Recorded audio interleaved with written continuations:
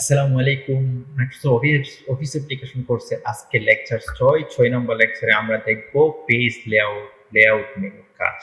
গত পর্বে আমরা দেখেছিলাম কিভাবে চ্যাটজিপিটি ব্যবহার করে একটা সিভি ফরম্যাটিং করা, সিভি নেওয়া এবং সেই সিভিতে ছবি ইনসার্ট করা, ইনসার্ট মেনুর কাজ দেখেছিলাম। আজকে দেখব পেজ লেআউট মেনুর কাজ। মূলত পেজ লেআউট মেনুতে অনেকগুলো অপশন থাকে। তার মধ্যে গুরুত্বপূর্ণ একটা অপশন হচ্ছে ওয়াটারমার্ক। আরো অনেকগুলো হেডিং এবং হেডার এবং ফুটার অপশনগুলো থাকে। তো চলুন আমরা যাই মাইক্রোসফট অফিস ওয়ার্ডে। মাইক্রোসফট ওয়ার্ডে গেলাম। মাইক্রোসফট ওয়ার্ডে যাওয়ার পর আমাদের আজকের কাজ হচ্ছে পেজ লেআউট। আমরা এই জিনিসগুলোকে একটু নামিয়ে দিলাম। এদেরকে আমি রিমুভ করে দিয়ে আমি এটাকে নামিয়ে দিই।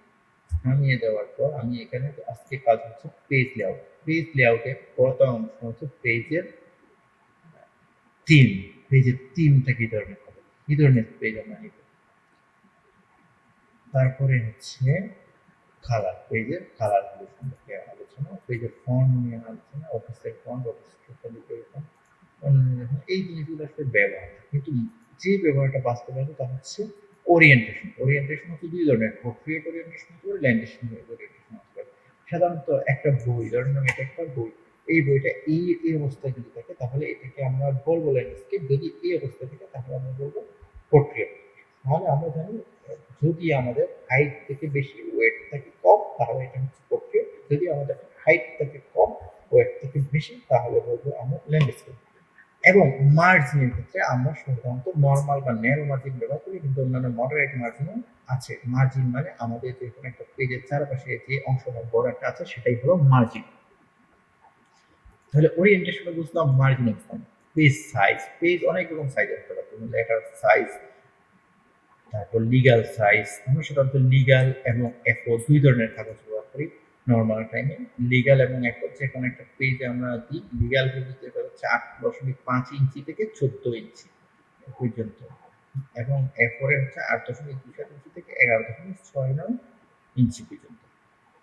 F5 হতে পারে, B4, B5 হতে পারে। আমরা নর্মালি লেটার, লিগাল এবং এফও এই তিন ধরনের পেজ সাইজ ব্যবহার করি। যেমন লিগাল হতে পারে, এফও হতে পারে, এফও সবসময় ব্যবহার হয় এফও। কলাম, পেজ এক কলামের হতে পারে, দুই কলামের হতে পারে। যেমন আমাদের সিভি, সেই সিভি আমি চাইলে 2 কলাম করতে পারি, আমি চাইলে সেটাকে 3 কলাম করে দিই, এই সিভি কিন্তু আমার 3 কলাম হয়ে যাবে। যদি আমি 4 কলাম যদি করে দিই তাহলে আমার 4 কলাম হবে, কিন্তু আমরা 9 কলাম আমরা নিতে চাই না।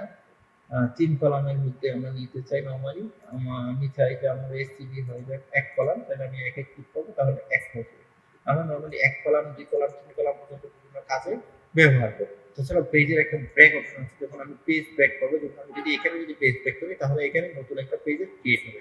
যেমন এখানে যদি ব্রেকে যায়, পেজ ব্রেক করি, তাহলে এই অংশটা উপরে হয়ে গেছে, এই অংশটা নিচে রয়ে যাবে। এটা হচ্ছে পেজ ব্রেকের কাজ। তাছাড়া লাইন নাম্বার আছে, আমরা চাইলে লাইন নাম্বারটা কন্টিনিউয়াসলি লাইন নাম্বার দিতে পারি। এখন গুরুত্বপূর্ণ কাজ হচ্ছে ওয়াটারমার্ক। আমরা যখন মাঝে মাঝে দেখি যে কোনো একটা ডিজাইনের মধ্যে, কোনো একটা কাজের মধ্যে বিভিন্ন ধরনের কাজের নিচে একটা ওয়াটারমার্ক থাকে। যেমন এখানে যদি আমি অরিজিনাল নামে একটা ওয়াটারমার্ক দিয়ে দিই, অথবা রিয়াজ নামে একটা ওয়াটারমার্ক দিতে চাই, তাহলে আমি ওয়াটারমার্কে ক্লিক করবো। ওয়াটারমার্কে ক্লিক করার পর এখানে আমি যদি দিই, এই দেখে সেখানে কনফিডেন্সিয়াল নামক একটা ওয়াটারমার্ক তৈরি হয়ে গেছে। এবং এই ওয়াটারমার্ক আসলে কিভাবে তৈরি করবো, আবার কাস্টম ওয়াটারমার্ক, কাস্টম ওয়াটারমার্কে গিয়ে আমরা টেক্সট ওয়াটারমার্কে দিব, কনফিডেন্সিয়াল নামিয়ে লিখে দিই যে সিবি, লিখে দিলাম, এটাকে দিয়ে দিব Times new Roman font, Times new Roman font দিয়ে দিলাম, অটো দিয়ে দিলাম, ইংলিশ ইউএস দিয়ে দিলাম, অ্যাপ্লাই দিলাম। তাহলে দেখতে পাবে এইখানে রিয়াল সিপি হয়ে গেছে। এখন এই ওয়াটারমার্কটাকে আমি যদি চাই যে এটার অপাসিটির বিষয়টা আছে, এখানে আমরা আর একটা কাজ করতে পারি, ছবির মাধ্যমে আমরা ওয়াটারমার্ক দিতে পারি। যদি ছবির মাধ্যমে ওয়াটারমার্ক দিতে চাই তাহলে ইনসার্টে যাব, পিকচারে যাব, পিকচার থেকে আমি যে কোনো একটা ছবি প্রথমে নিয়ে আসবো। আমি ধরে নিলাম যে এই মাইক্রোসফট অফিসের ছবিটা, এই ফোনের ছবিটা নিয়ে আসলাম, ফোনের ছবিটাকে আমি কি করবো, ওয়াটারমার্ক করবো। রাইট ক্লিক করবো, এখানে টেক্সটের একটা অপশন আছে, বিহাইন্ড দ্য টেক্সট, তাহলে এটা বিহাইন্ড দ্য টেক্সটে বসিয়ে দিলাম। এখন এটার মধ্যে ক্লিক করে এইটার একটা বিষয় আছে, সেটা হচ্ছে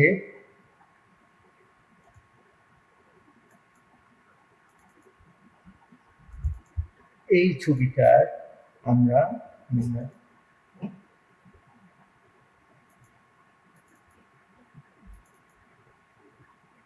এই যে ছবিটা আমরা ইনসার্ট করলাম সেই ছবিটা অপাসিটি চেঞ্জ করে দেবো, রাইট ক্লিক করবো, রাইট ক্লিক করার পর আমরা ফরম্যাট পিকচার যাব। ফরম্যাট পিকচারে যদি যাই তাহলে আমরা এখান থেকে দেখতে পাবো আমাদের ব্রাইটনেস, ব্রাইটনেসটা আমি একটু কমিয়ে দিই, আরো কমিয়ে দিই, কন্ট্রাস্টটা আর একটু কমিয়ে দিই, আরো কমিয়ে দিই, এভাবে ছবিটা কি করবো ঝাপসা হতে হবে। তারপরে হচ্ছে ব্রাইটনেস কন্ট্রাস্টটা আমরা নিচে থেকে নিয়ে নিলাম, এই জিনিসটাকে আমরা ঝাপসা করলাম, শার্পেন করে দিলাম।